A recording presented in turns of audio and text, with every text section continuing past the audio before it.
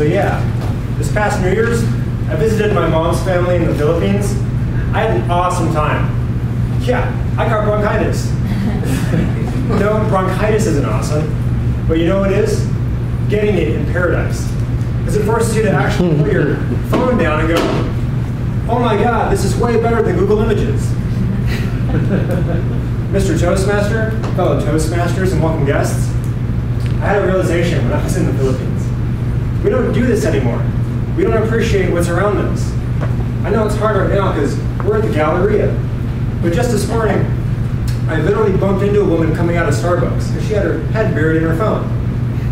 I said, what gives, girl?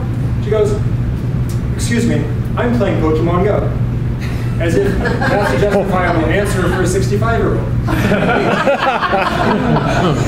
I'm like, well, you're busy fighting Pikachu. I'm trying to start my day off right with a healthy chocolate grande caramel frappuccino.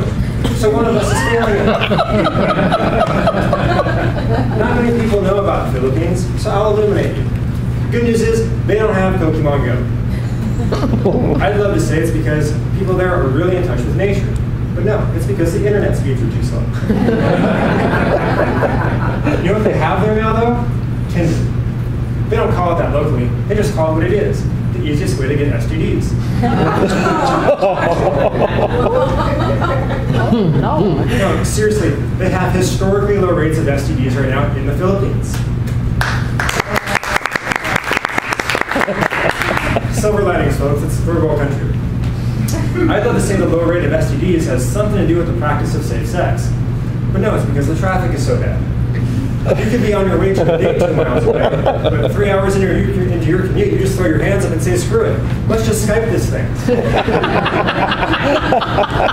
I know what you're thinking. We have Skype in the Philippines?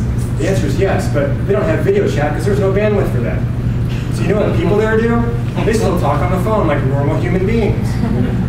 I love how I call my parents, and even they text me back.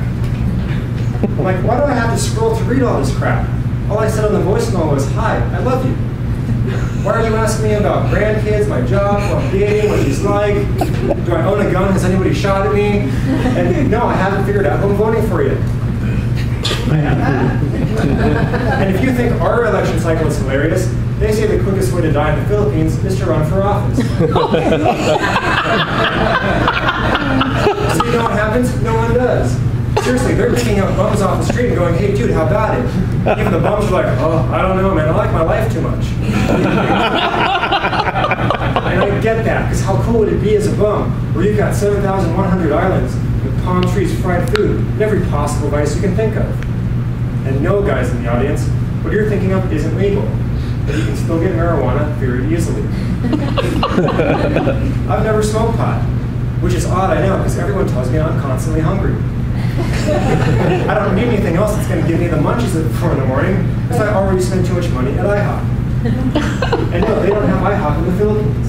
You know what they have there? Local cuisine.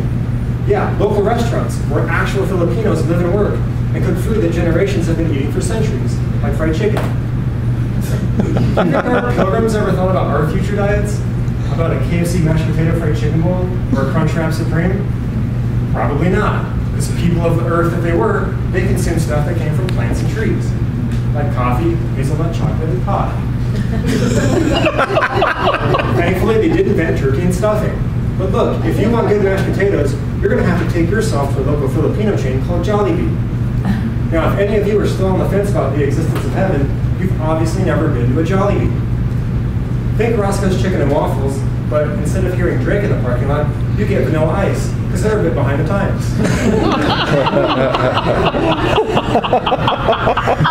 Now, because they don't have good internet yet, I can't see my family on FaceTime or Skype. So you know what I have to do? Yeah, visit. I sit on a plane for 15 hours, which in this day and age means I love my family unconditionally. Don't get me wrong, I love to travel for the in-flight entertainment consoles. My mom still gives me crap. She says, video games breed laziness. And I'm like, you know what else does that? Yeah, thousands of miles of endless beaches. You couldn't con me into booking a dinner reservation or reading my boarding pass in the Philippines. Oh, did I miss my flight home? Sorry, I was too busy enjoying this billion-dollar view while I eat Jollibee and enjoy the scenery. with this homeless guy running for office. The silver lining here, folks, is that literally anyone can become president of the Philippines. It's just like our country. Anyway, so you know what makes you take stock and appreciate what's around you? Yeah, bronchitis. And no, it wasn't just the drugs I was on. It's literally such a hypnotizing view, you can't wrap your mind around it. So to recap, the Philippines is somewhere around 7,000 miles away. They don't have 4G, 5G, or a G6 or whatever. They don't have Pokemon Go. There are no STDs. Prostitution is not legal. And it's 15 hours away. So if you get a chance to go, don't. So you might totally screw this up, unless you're willing to put your phone down and appreciate what's around you. My advice, start now. I know it's difficult, because as hard as we try, we're still at the Galleria. But trust me, you can do it. Now, if you'll excuse me, I got a level 5 Pikachu I gotta find so I can FaceTime my mom.